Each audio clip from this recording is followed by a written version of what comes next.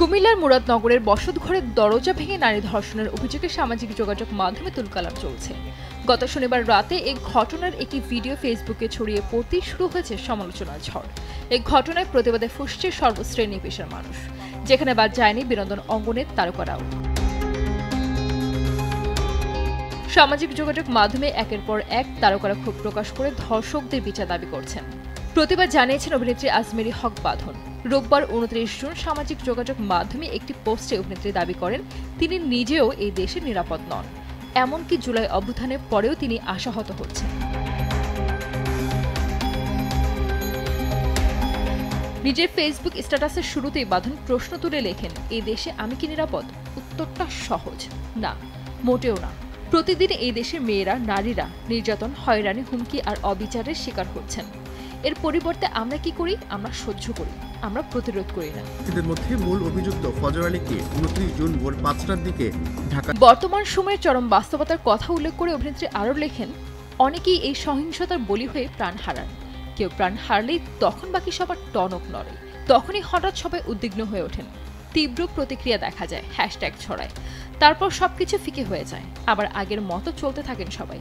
এটাই দীর্ঘদিনের বাস্তবতা, এটা নতুন কিছু নয়। সবাই আন্দোলন করে, কিছু হইলেই সবাই আন্দোলনে নেমে যায়। গণধর্ষণ, পালাক্রমে ধর্ষণ, কয়টার বিচার হয়েছে? এই ঘটনায় ফেসবুক লাইভে এসে ক্ষোভ জানিয়েছেন ছোট পর্দার জনপ্রিয় অভিনেতা সাইদুর রহমান পাভেল। প্রায় 13 মিনিটের লাইভটিতে তিনি ধর্ষকদের একমাত্র শাস্তি হিসেবে মৃত্যুদণ্ড দাবি করেন। একাধিকবার অভিনেতার মুখে শোনা যায়, ধর্ষকদের ফাঁসি দিন, ধর্ষকদের মেরে ফেলুন। এছাড়া দেশের বর্তমান পরিস্থিতি আগের চেয়েও খারাপ বলে উল্লেখ করেন তিনি। স্বৈরাচারের থেকে ধর্ষণকারীরা খারাপ নামেন না, একটা দাবি নিয়ে নামেন না যে ধর্ষণকারীদের বিচার একটাই, ফাঁসি। লাইভের শেষ দিকে পাভেল বলেন, সবার ঘরেই মা বোন আছে, যারা কিছু হলে শাহবাগ চলে যান দাবি নিয়ে, তারা সবাই মিলে আরেকটা জনসমুদ্র হোক। ধর্ষণের বিচার, ফাঁসি, এদের মেরে ফেলেন, এটুকুই বলবো। ধর্ষণকারী বাংলাদেশে জামিনে ছাড়া পায়। 24শে গণ অভ্যুত্থানের ছাত্র নেতাদের নাম উল্লেখ করে পাভেল জানান, যদি তারা এখন আওয়াজ না তোলে, আবারও মাঠে না নামে, তাহলে ধরে নেওয়া হবে যে নিজেদের স্বার্থে আন্দোলন করেছেন তারা। ছাত্র আন্দোলন শুধু আপনারা একাই করেন, সবাই করছে, তো এইটা কেন করেন না? ধর্ষণ তো কম হয় নাই, কম হচ্ছে না। ধর্ষণকারীদের ফাঁসি, এবং যারা কাজটা করছে পূর্বে ধর্ষণকারীদেরকে ডাক বের করেন না, যেরকম বড় বড় সন্ত্রাসী ধরেন না, ক্রসফায়ার দেন না। ধর্ষণকারীরা জামিন পায় কিভাবে? অভিনেতা নাসিরউদ্দিন খান লিখেছেন, নারী কিংবা শিশু আপনার আমার প্রত্যেকের ঘরেই আছে। অতীত বর্তমান সব সময় সব ধর্ষণের বিচার হোক দ্রুতগতিতে।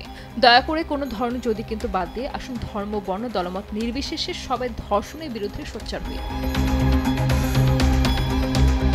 তমা মির্জা লিখেছেন, মুরাদনগর, কুমিল্লা, বিভৎসতা, লজ্জা। অভিনেতা মিশা সওদাগর অপরাধীর ফাঁসির দাবি জানিয়ে লিখেছেন, দেশের প্রতিটি মানুষ শান্তিতে থাকুক, প্রতিটি নারী নিরাপদে থাকুক, প্রতিটি অন্যায়ের ন্যায় বিচার হোক, প্রতিটি ধর্ষকের ফাঁসি হোক। মুরাদনগরে ঘটে যাওয়া ধর্ষণের তীব্র ঘৃণা এবং নিন্দা জানাচ্ছে, ধর্ষকের ফাঁসির দাবি করছে।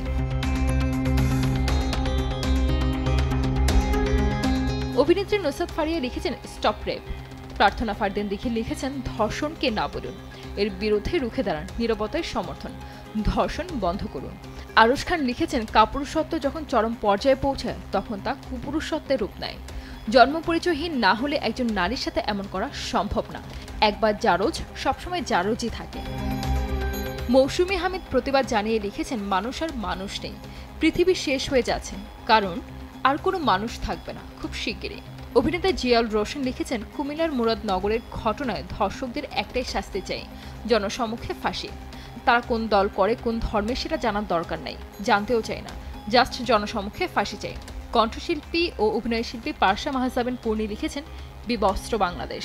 ধর্ষণের বিরুদ্ধে সঞ্জিত আক্তার, দেশ টিভি।